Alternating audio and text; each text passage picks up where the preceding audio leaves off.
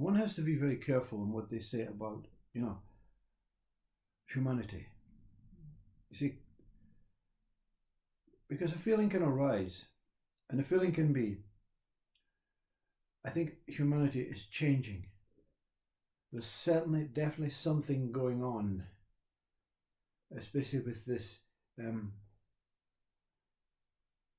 realization that we really are struggling to live with the idea that we know that we are a human form and all the things that we have created and through our imagination, our experiences are now being questioned.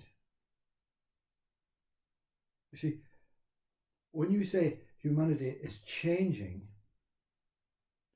and there's something taking place that is questioning what we have been for centuries following, is it humanity that's changing? Or is it me? You see? The idea of oneness appears to be to the mind that we all have to come together collectively as form and think the same things, behave the same way, love the same way, and respect each other the same way. So we become one unified planetary form. And to think that that is what oneness means is one of the greatest mistakes in humanity. Greatest mistakes from the mind. Because the mind lives its day out with that basis. I can start by being nice to the people on the bus. Therefore, we are all one on the bus.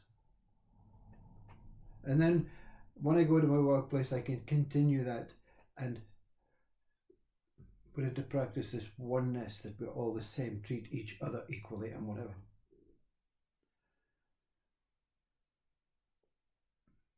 And then that seems to be a success for the rest of the day.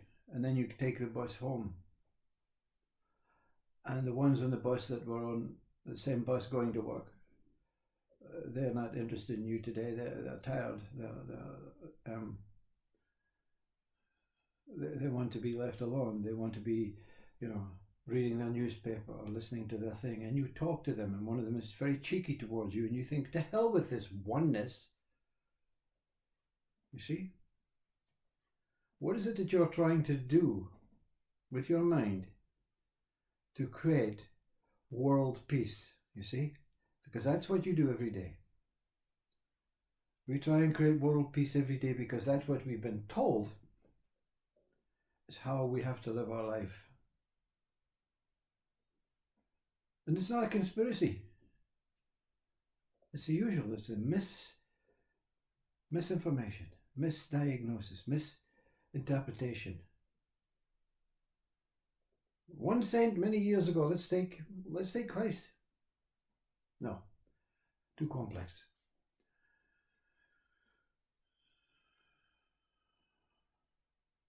Let's take Ramana Maharshi. Through a profound, incredibly mystical, magical, and true experience of realization of what this is all about. He uses the word oneness, many words, but oneness is one word he uses. But the ego mind says, oh, I know what he means by that. We've all to live as one. So let's put that into practice. And tomorrow in the bus, I'm going to forgive them. And I'm going to start again.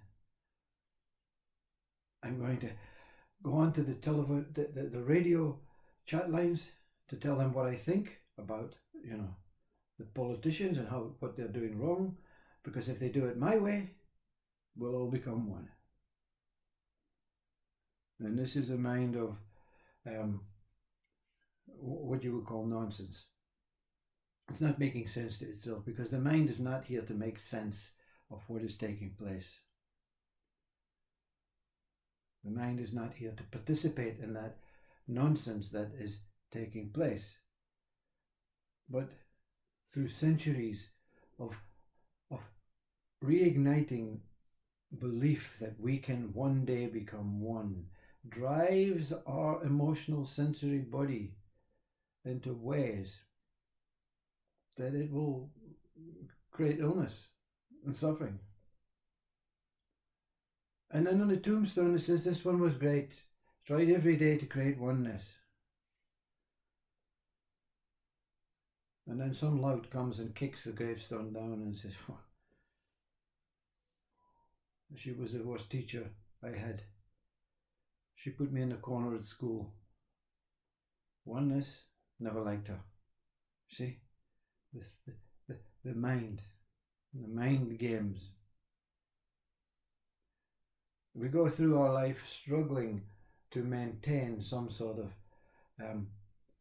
way that is in line with the Ramana Maharshi method, but it's not the same. Oneness is not when all human beings come together. Oneness is when the idea that human beings exist as something special and that they have the way and the means and the mind to make everything perfect, which is blasphemizing God or consciousness, which already has made this life perfect. It's not going to be accepted in line with the oneness that Ramana Maharshi is talking about, or Jesus, or Buddha, or Krishna, or Ram.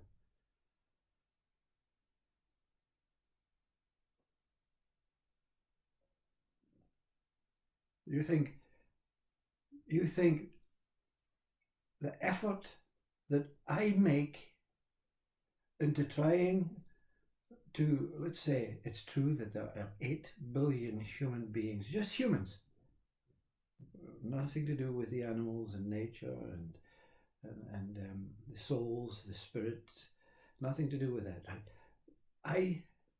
My aim in life is to be as good as I can to show others how possible it is to be good and one with each other.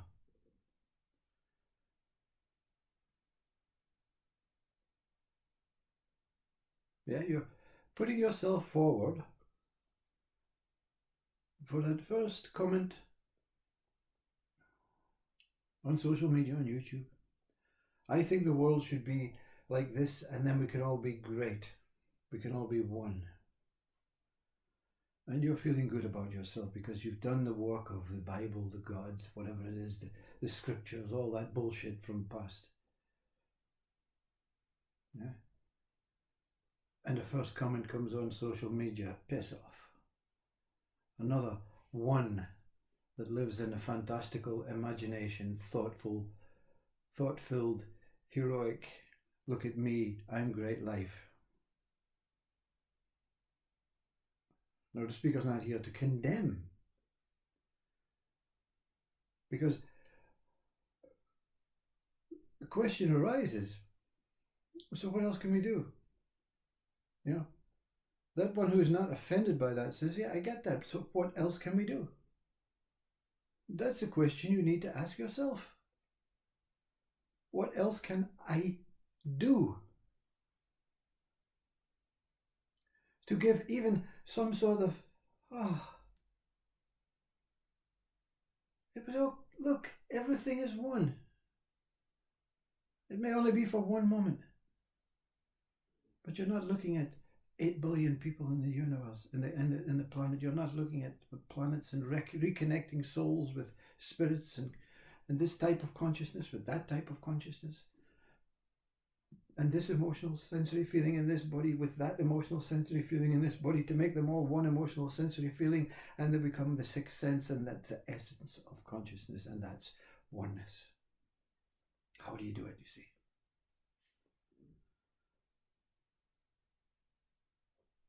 Ramana Maharshi will tell you. Give up the idea that you can do it. Give up the idea, the thought that there is a way to do it. And you get punished, you see. Not by any other mind, initially your own mind. Oh, that's very weak. Come on, Graham. Come on. All the things I told you about life at school, all the things I told you, I promised you, I have shown you, I have given you, and you throw me, you cast me aside like I'm just some sort of psychological blockage. That's what mind is, a psychological blockage to the truth. The idea that you can do it. The idea that you're a body. The idea that you're a person. The idea that you are a seer of the world. The idea that the world is seen. There is only seeing. You are seeing. That's not you're not relevant. Without your body and that what is seen, there's no experience for God. And you are God. When you're one. But your mind will not allow you to believe whether you are one or not one. Your mind will rip itself apart every day to try and create some sort of peace in a world of corruption, in a world of hate and love, misinterpreted.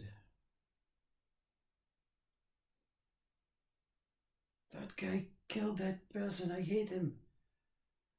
Yeah, but he killed that person to protect your child. Oh, I love him. You know?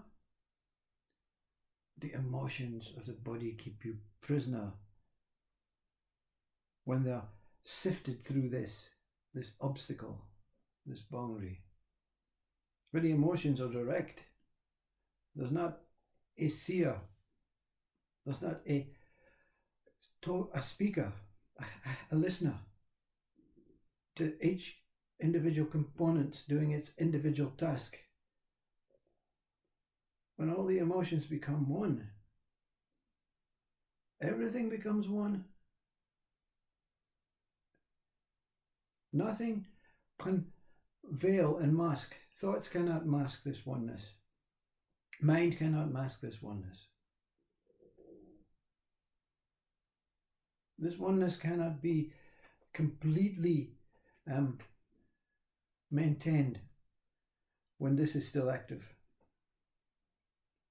Because this one will take ownership and say, hey, enough of that. We have to move on. Yes, you experience that oneness.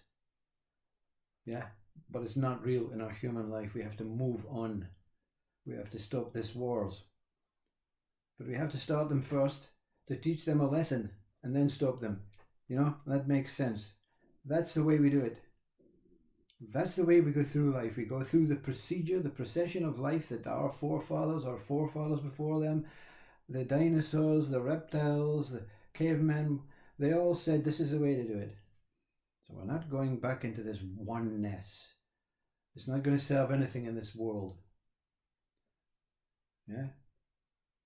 How are you going to pay for your home? How are you going to do all this stuff? How are you going to get married and settle down? How are you going to live happily ever after?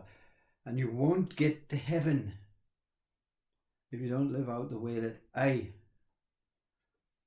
tells you. Who is I? Who is I that masks the oneness, you see? I am a syllable. At some point I was a number, 1.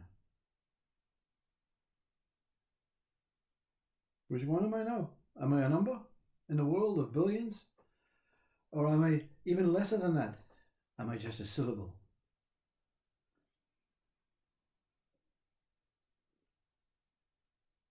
That what is beyond I does not seek oneness. It is already that, as it is.